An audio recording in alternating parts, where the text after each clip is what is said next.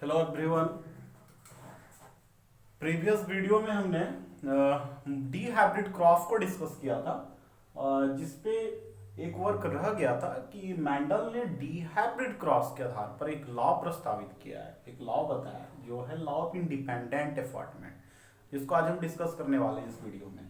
तो law of independent एफॉर्टमेंट समझने से पहले हम लोग डी हाइब्रिड क्रॉस को पहले एक बार याद कर लेंगे कि मैंडल ने दो डिफरेंट कैरेक्टर को लेकर दो प्लांट के बीच क्रॉस कराया था, जिसे डी हाइब्रिड क्रॉस कहा गया था।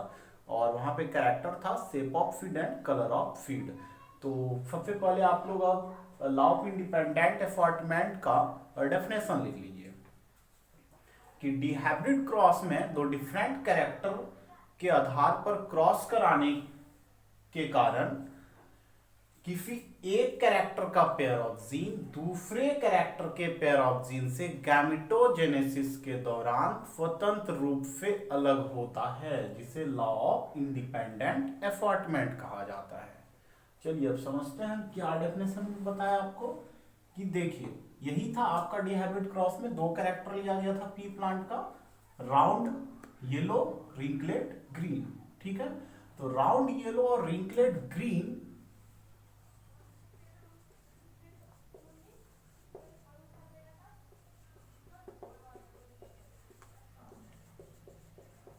यहाँ पर दो कैरेक्टर के बीच क्रॉस कराया गया था। तो गैमेटोजेनेसिस के दौरान क्या होता है कि पेयर ऑफ जीन एक दूसरे से अलग होते हैं, लेकिन यहाँ पर दो कैरेक्टर है इसलिए दो पेयर ऑफ जीन है। एक फर्स्ट कैरेक्टर का पेयर ऑफ जीन, ये दूसरे कैरेक्टर का पेयर ऑफ जीन। तो गैमेटोजेनेसिस के दौरान एक कैरेक्टर का पेयर ऑफ जीन दूसरे कैरेक्टर के पेयर ऑफ जीन से स्वतंत्र रूप से अलग होता है, जिसके कारण इस तरह का गैमेट बन जाता है। तो ये वाला जोड़ा, जीन का जोड़ा इस वाले जोड़े से स्वतंत्र रहता है अलग होने के लिए। उसी तरह से ये वाला जोड़ा, ये वाला पेयर ऑफ जीन इस पेयर ऑफ जीन से इंडिपेंडेंट रहता है, स्वतंत्र रहता है अलग होने के लिए। फिर यहां पर जब हम F1 जनरेशन में प्लांट प्राप्त हुआ था आपका, इस तरह का प्लांट प्राप्त हुआ था, तो यहां पर भी जब आगे हम सेल्फिंग कराते हैं तो सेल्फिंग के दौरान क्या होता है कि पेयर ऑफ जीन एक दूसरे से स्वतंत्र रूप से अलग होता है। कैसे? तो यहां पर ये pair of gene round character और रिंकलेट कैरेक्टर के लिए जो दो जी पेयर में है, तो ये कैरेक्टर ऑफ जीन क्या होता है कि पेयर ऑफ जीन ये दोनों इस दोनों पेयर से स्वतंत्र रूप से अलग होता है। अर्थात कैपिटल आर और स्मॉल आर का सेग्रीगेशन कैपिटल वाई और स्मॉल वाई के सेग्रीगेशन से स्वतंत्र होता है। तो ये आर पहले इस आर से अलग होता है और 50% किसके साथ पेयर बनाएगा, मतलब गैमेट के दौरान ये मतलब पेयर नहीं बनाएगा, गैमेटोजेनेसिस के दौरान ये जाएगा। तो ये 50% आर कैपिटल वाई के साथ गैमेट में जाएगा और शेष 50% कैपिटल आर स्मॉल वाई के साथ जाएगा। ठीक उसी प्रकार ये स्मॉल आर वाला जीन, ये जीन 50% कैपिटल वाई के साथ और शेष 50% स्मॉल वाई के साथ जाएगा, इसलिए चार तरह का जीनोटाइप बन जाता है। तो इसे हम बोलते हैं लॉ ऑफ इंडिपेंडेंट एफॉर्टमेंट।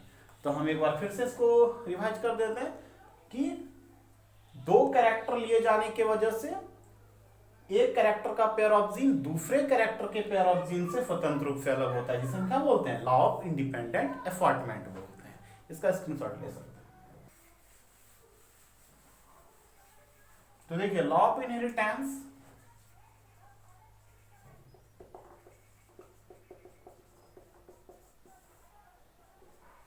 मेंडल का लॉ ऑफ इनहेरिटेंस के अंतर्गत तीन लॉ आता है। सबसे पहला लॉ जो मोनोहाइब्रिड क्रॉस के पे बेस्ड है वह लॉ ऑफ डोमिनेंस, ये आपको बताया गया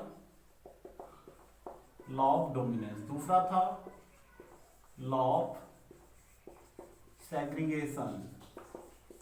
तीसरा था अभी जो हम बताए लॉ ऑफ इंडिपेंडेंट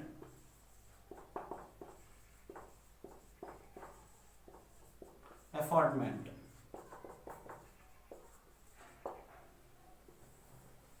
जिसमें से लॉ ऑफ डोमिनेंस और लॉ ऑफ सेग्रीगेशन ये मोनोहाइब्रिड क्रॉस के आधार पर था और law of independent assortment dihybrid cross के आधार पर था।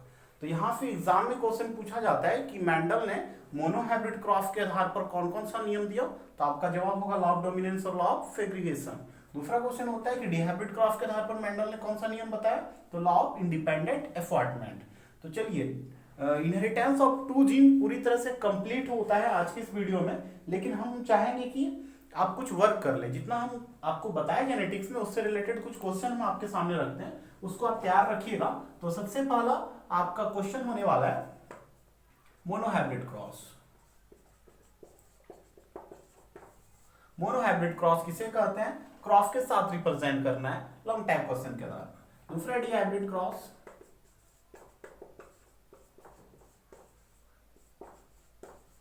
दूसरा डिहाइब्रिड क्रॉस, तीसरा है। अब देखिए यहां पर आपको तीसरा लॉ ऑफ डोमिनेंस पढ़ना है कि लॉ ऑफ डोमिनेंस किसे कहते हैं। लॉ ऑफ डोमिनेंस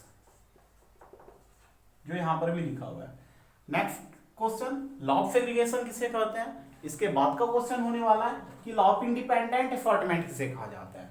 इसके बाद आप इसके साथ साथ, क्योंकि हम आपको लॉ ऑफ इनकम्प्लीट डोमिनेंस भी पढ़ा चुके हैं, कोडोमिनेंस भी पढ़ा चुके हैं, तो लॉ ऑफ इनकम्प्लीट डोमिनेंस और कोडोमिनेंस को भी आपको तैयार कर लेना है। बट ध्यान ये रखना है कि मेंडल के द्वारा मोनोहाइब्रिड क्रॉस के आधार पर कौन कौन सा नियम दिया गया और डिहाइब्रिड क्रॉस के आधार पर कौन कौन सा नियम दिया गया है। तो हम आशा करते हैं कि आप इतना तैयार कर लीजिएगा। नेक्स्ट वीडियो में क्रोमोसोमल थ्योरी ऑफ इनहेरिटेंस को हम लोग स्टडी करेंगे। Okay, thanks.